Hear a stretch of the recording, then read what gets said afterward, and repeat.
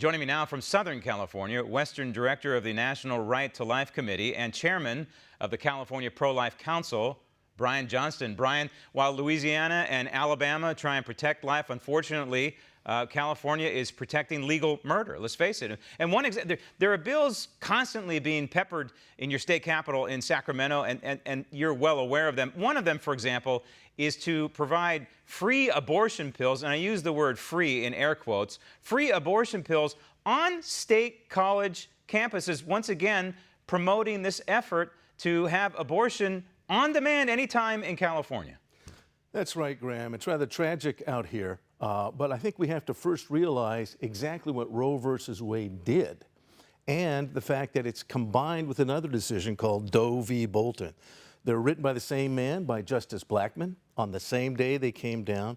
In Roe, Justice Blackmun said he didn't know when life begins. And from then on, the rest of the decision ignores the life of the child throughout the pregnancy. There's no rights for that child under Roe v. Wade. But Doe v. Bolton, which works hand in glove, right, he spelled out that at any time in the pregnancy, that the abortionist could make the decision regarding the health. He didn't say life of the mother. He didn't say mother, because mother would imply a child. He said the health of the patient, and then he defined it for the abortionist. He defined it and said it could mean really anything. It could mean psychological, emotional, familial, even, and these are his words, if the abortionist felt it had to do with the well-being.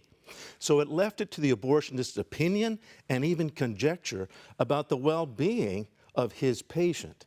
So this has allowed abortion on demand even in late term. There need be nothing wrong with that child. Some people think, oh, well, there has to be something wrong with the child. It has to be deformed.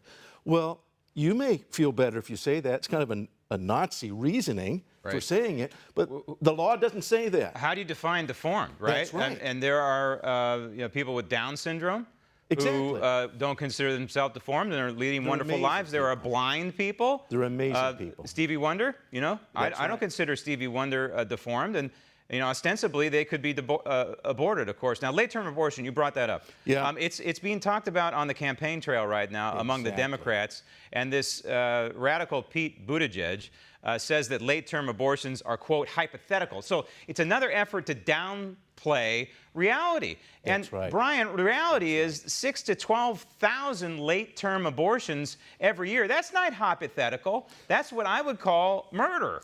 These are objective facts. These are human beings. There need be nothing wrong with them under Roe. They're not wrong children. It's under Roe, they have no rights. Under Doe, it's up to the abortionist. It has nothing to do with the child. It's about the well-being, his perceived well-being of the patient. And what that means is abortion on demand, even late term. The media has covered up the meaning of this, and Mr. Buttigieg is covering up what really happens under Roe and Doe. By the way, all of the presidential candidates on the Democratic side embrace unlimited abortion on demand because that's really what Roe has done.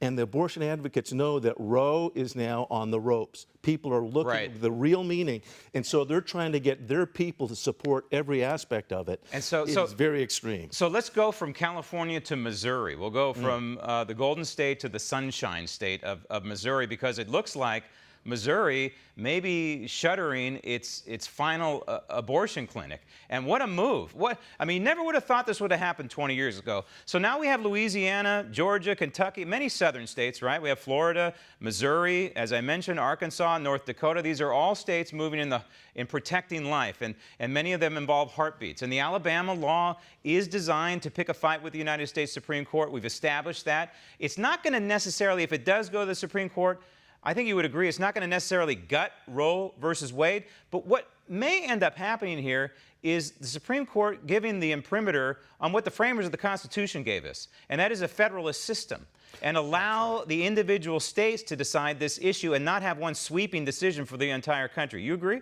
That's exactly right. Obviously, there's the very moral question of, is this a human life? The Show Me State, the Sunshine State has said, look, these are human beings. But Roe does not allow that respect. So all of these laws are going to be challenged in the lower courts. It's going to take a while for them to move up. But there's other laws that really late-term abortion laws that are coming up. And as I said, that actually challenges Roe. So Mr. Buttigieg, Mr. Biden, they can make up stories about late-term abortion and that they're irrelevant. They're legalized under the Roe v. Wade decision and Doe v. Bolton. Want to see more videos like this? Click on the link below and subscribe to One America News on YouTube, and call your cable provider and kindly demand that One America News is added to your lineup. Call and subscribe today.